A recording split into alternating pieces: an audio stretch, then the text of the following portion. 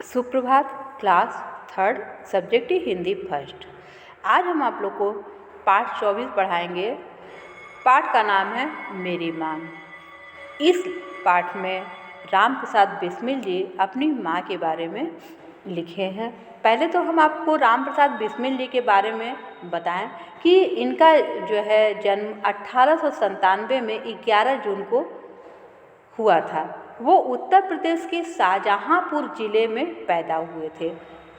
ऐतिहासिक काकोरी कांड में इनकी गिरफ्तारी हुई, फिर उन्हें गोरखपुर की जेल में फांसी पर चढ़ा दिया गया। तो इस पाठ को हम शुरू करते हैं। इसमें जो है राम प्रसाद बिस्मिल जी अपने माँ के बारे में लिखा है। लखनऊ कांग्रेस में जाने की मेरी बड़ी इच्छा थी। दादी जी और पिताजी तो विरोध करते रहे, किंतु माताजी ने मुझे खर्च दे ही दिया। उसी समय शाहजहांपुर में सेवा समिति का आरंभ हुआ। मैं बड़े उत्साह के साथ सेवा समिति में सहयोग देता था। पिताजी और दादी जी को मेरे इस प्रकार के कार्य अच्छे न लगते थे, किंतु माताजी मेरा उत्साह भंग न होने देती थीं, जिनके कारण उन्हें अक्सर पिताजी की डांट फटकार तथा दंड सहन करना पड़ता था। वास्तव में मेरी माताजी देवी थीं।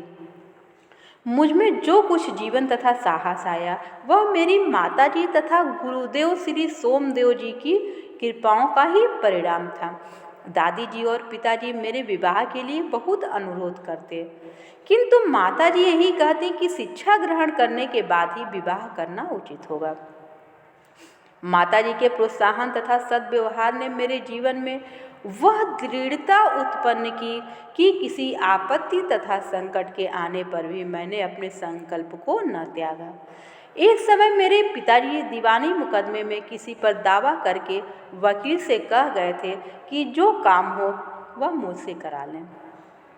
कुछ आवश्यकता पड़ने पर वकील साहब ने मुझे बुलवा भेजा और कहा कि मैं पिताजी के हस्ताक्षर वकालतनामे पर कर दूँ। मैंने तुरंत उत्तर दिया कि मैं तो धर्म विरुद्ध हो नहीं, यह तो काम जो है धर्म विरुद्ध होगा। इस प्रकार का पाप मैं कदापि नहीं कर सकता। वकील साहब ने बहुत समझाया कि मुकदमा खारिज हो जाएगा, किंतु मुझ पर कुछ भी प्रभाव न हुआ। न मैंने हस्ताक्षर किए। अपने जीवन में हमेशा सत्य का आचरण करता था, चाहे कुछ भी हो। सत्य बात कह देता था। 11 वर्ष की उम्र में माताजी विवाह कर शाहजहांपुर आई थी। उस समय वो नितांत अशिक्षित एक ग्रामीण कन्या के समान थी।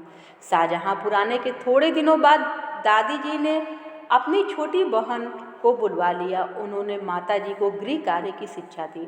थोड़े दिनों में माताजी ने घर के सब कामकाज को समझ लिया और भोजन आदि का ठीक ठाक प्रबंध करने लगे। मेरे जन्म होने के 5 या 7 वर्ष बाद उन्होंने हिंदी पढ़ना आरंभ किया। पढ़ने का शौक उन्हें खुद ही पैदा हुआ।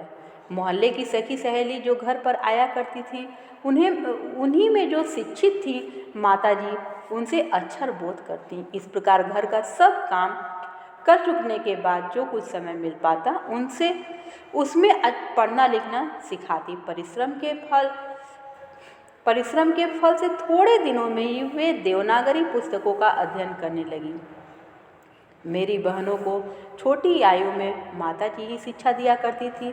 जब से मैंने आर्य समाज में प्रवेश किया तब से माताजी से खूब वार्तालाप होता। उस समय की अपेक्षा अब उनके विचार भी कुछ उदार हो गए थे। यदि मुझे ऐसी माता न मिलती तो मैं भी अति साधारण मनुष्य की भांति ही संसार चक्र में फंसकर जीवन निर्वाह करता। शिक्षा आदि के अतिरिक्त क्रांतिकारी जीवन में भी उन्होंने मेरी वैसी ही सहायता की जैसी मेदिनी की उनकी माता ने की थी। माताजी का सबसे बड़ा आदेश मेरे लिए यही था कि किसी की प्राण हानि न हो। उनका कहना था कि अपने शत्रु को भी कभी प्राण दंड न देना। उनके इस आदेश की पूर्ति करने के लिए मुझे मजबूरन 1-2 बार अपनी प्रतिज्ञा भंग करनी पड़ी थी। जन्मदात्री जननी, इस जीवन में तो तुम्हारा ऋण उतारने का प्रयत्न करने का भी अवसर न मिला। इस जन्म में क्या यदि अनेक जन्मों तक भी प्रयत्न करूं तो भी तुमसे उत्तीर्ण नहीं हो सकता।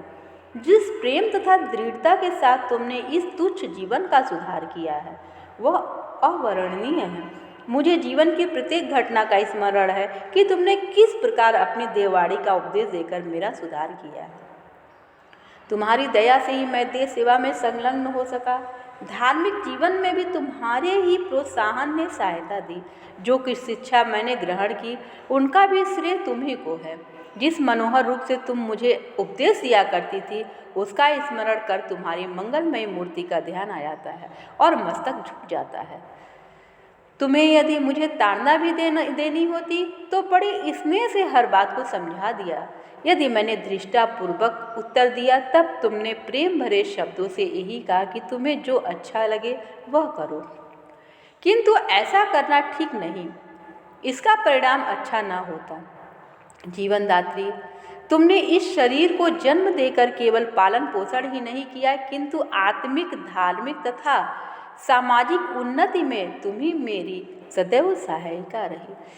जन्म जन्मांतर परमात्मा मुझे ऐसी ही माता दे।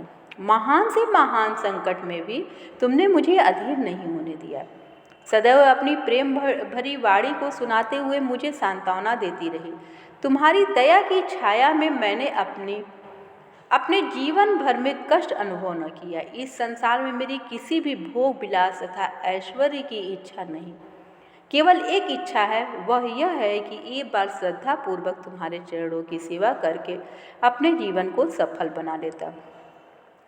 किंतु यह इच्छा पूर्ण होती नहीं दिखाई देती और तुम्हें मेरी मृत्यु की दुख भरी खबर सुनाई जाएगी।